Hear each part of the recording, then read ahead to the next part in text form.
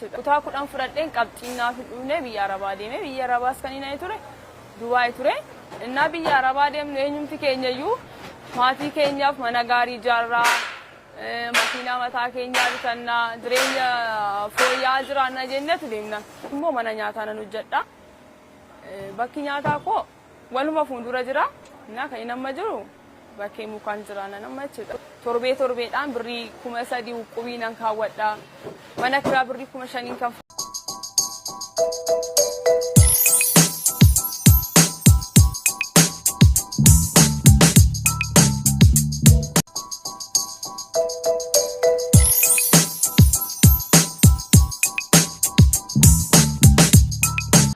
السلام عليكم ورحمة الله وبركاته. كم جرتوا كبجن توتا جالك توتا وردوتا غبياتو بيكون غبياتو براتو دي فنوان حال يروتي والكباتنا كسوس مو وان جرينا كيسانيتين والكباتنا اسم براند هاتوم كينا نيالتا إيجا وروني يرو جالك باتي براتو channel كانوا تان سبسكرايب وچودان ماتي كينا تدبلا ماتي كينا كانتا لايك شير وچودان channel أبدا سننجرا إيجا كبجن توتا جالك توتا كينا akkuma kana dura baratametti haala jireenya keessanii wantoota wal qabatan keessattuu yoo meeshaalee biyya keenya keessatti gurguraman gatiin isaa maal fakkaata kan jiru yeroo yerootti isin biraan ga'uu fi akkasumas immoo haala ijaarsa manaa irratti akkaataa humna keessaniitiin hirriga mana kamuu xiqqaa rakkasii hamma mana gurguddaa isin biraan gahaa kan turre fi akkasumas immoo kana boodas waan akkasii waan bareedaa isin biraan gahuudhaaf qophii keenya xumurree jira jechaadha. Kuni wanta jireenya keessanii wal qabatu akkasumas keessattuu iyyuu namoonni biyya ormaa jirtan wanta kana gochuu waan isinirraa hin oolle waan ta'eef jireenya keessanii tokko namaatiin wal qabata jechaadha.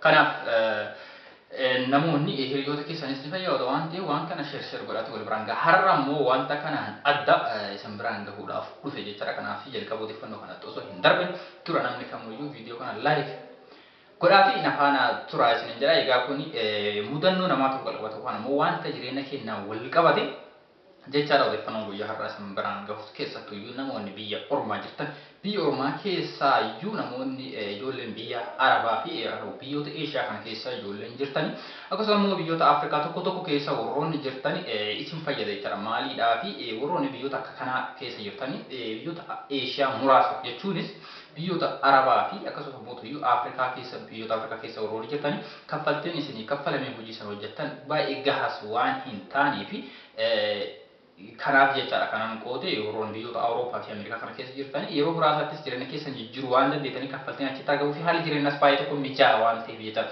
Kunis maalidha?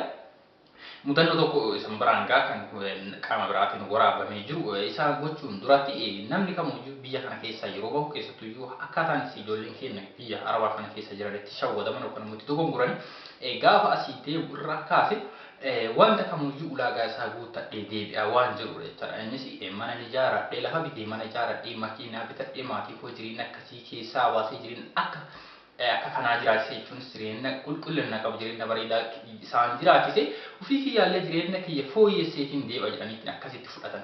Egaa isa ana caalaa isintu beeka keessa waan jirtaniif wanti karoorsan hundi yeroo takkatti hin taatu biyya ormaa keessa taa'anii wanta kana godhachuun baay'ee ulfaata. Hanga har'aatti namni wanta kana perfectly godhate galma ga'e tokkoyyuu hin jiru.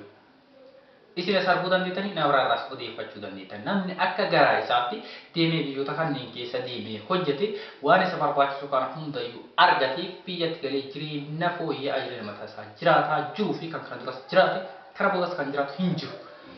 Innas isa achirraa hafe ammoo wanta jireenya gaariis kan nama jiraachisu famaas kan nama jiraachisu rabbuma irra caalatti maalidha kan isin barbaachisu biyya kana keessatti hojii kamiyyuu hojjettanii fooyya'uu ni dandeettan. Waan kamiyyuu hojjettanii maatii keessanis ofii keessanis mana jettanis makiina jettanis bitachuu ni dandeettan jechaadha. Kanaaf maal jedha seenaa mucayyoo tokko biyya ormaa yookaan immoo biyya Arabaa Dubaay waggaa 3 taa'e waggaa 3 keessatti wanta kamiyyuu godhachuu hin dandeenye barumsa koo saddaan kutee waan jirudha jechaadha. Kanaaf namoonni biyya ormaa jirtanii kanaaf viidiyoo itti aanu kana irra barnoota gahaa ta'e ni argattanii anis gama kootiin biyya ormaa keessa ijoolleen jirtan waan biyya keessatti hojii ittiin uummatan yoo argattan gara biyyaa yoo galtan baay'ee tokko wanta gaariidha jechaadha. Kanaaf biyya ormaa keessa teettan wanta amma jenne kanneen hunda ulaagaa jireenyaa keessanii hunda guuttattanii galuu hin dandeettaniif wanta biyya keessatti ittiin hojjettan yoo argattan waggaa tokko lama yoo hojjettan gara biyyaa osoo galtanii baay'ee tokko bareedaa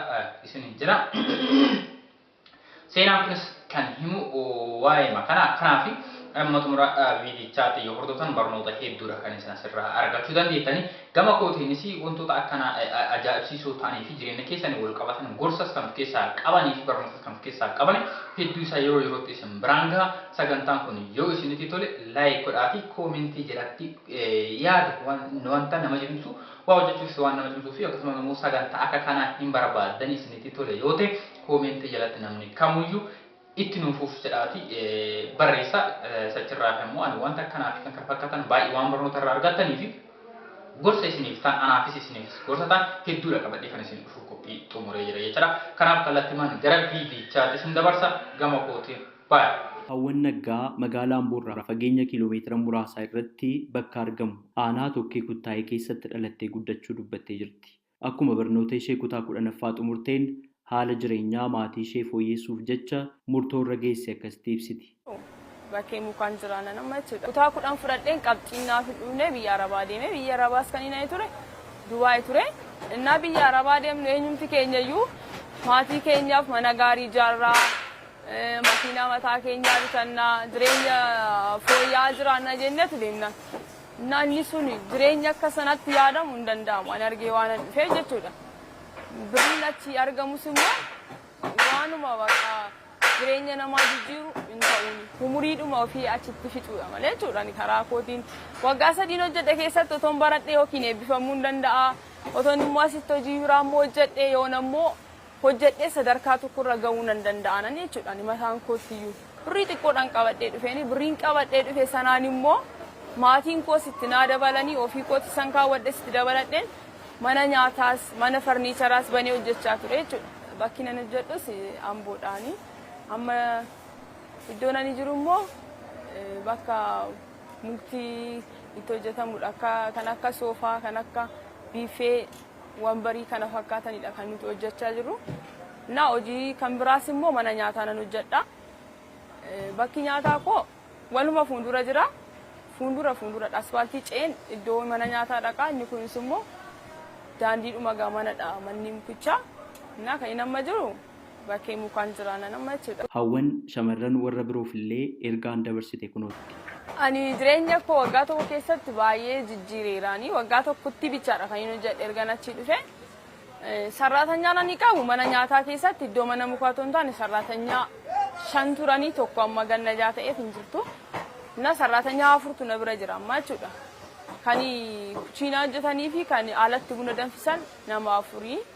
Isaaniif immoo kan inni kanfalu ji'aaniin kanfalaa fi ji'aan immoo warrin 1,000 kanfaluu jiru 900 kanfalanii jiru.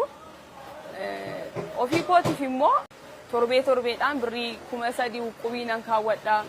Mana kiraa birrii 5,000 kanfalaa.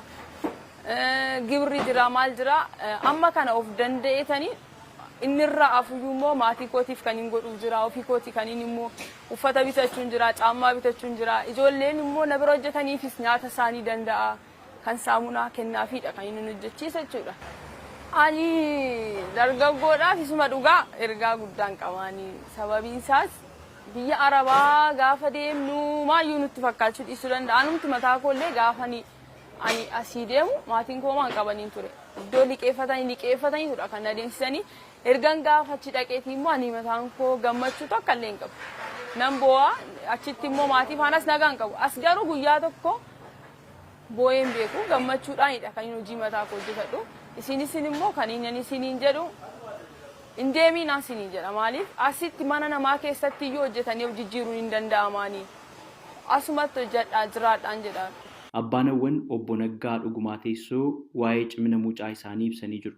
Yeroodhaaf hojii kana waan ittiin hojjennu dhabne mucaan keenya Hawwan immoo ilmoo baay'ee nuuf ajajamtu baay'ee iyyummaa rakkinaa kan ka'e asheeta boqqolloo daandii irratti nagadaa daara nu baasaa obbolaan quxisuuwwan shii jiru isaan gargaaraa nama hojjetaa turtedha. Jireenya kana haalli jireenya kana waan nutti ulfaatee jiruuf maatii koo kana nan gargaara jettee dhaqxee hojjettee nu geeddaruudhaaf jecha sababiin harkaa dhabinsa keenyaa baay'ee waan ishee dhiphiseef gara hojii kanaatti biyya sanaatti hin deemtee biyya sana dhaqxee waggaa 3 achi turtee deebite hojiidhaaf nama fedhii qabdu waan taateef isheettee nu faana hojii kanatti hirmaatte nyaatatti dabaltee hojii jammarte hojicha sanaan immoo baay'ee milkooftee hojjechaa jirti. Nutis carraa kanatti baay'ee gammannee wal bira jirra. Dargaggoota hawwan faana hojjetan keessaa tokko kan ta'e Shaambal Guutamaa waa'ee hawwaniin akkas jedha. Maqaan koo Shaamballi Guutamaan jedhama. Kan hin jiraadhu asuma magaalaa Amboodha. Hawweetan irraa waa baay'eetu baratama. Barumsa baay'eetu irraa baratama jechaadha. Shamarree jabduu baay'ee cimtuudha. Biyya ambaa deemtee galtee akkasii jajjabina guddaadhaan hojjechuun ishee barumsa guddaa namaaf kennitudha. Dargaggoota gara biyyoota baha giddu galaa garaagaraa dhaqu madda galii amanamaa taasifatanii fudhatan hedduudhaaf muuxannoon hawwan gama barsiisuutiin faayidaan inni qabaatu olaanaa ta'uu mala.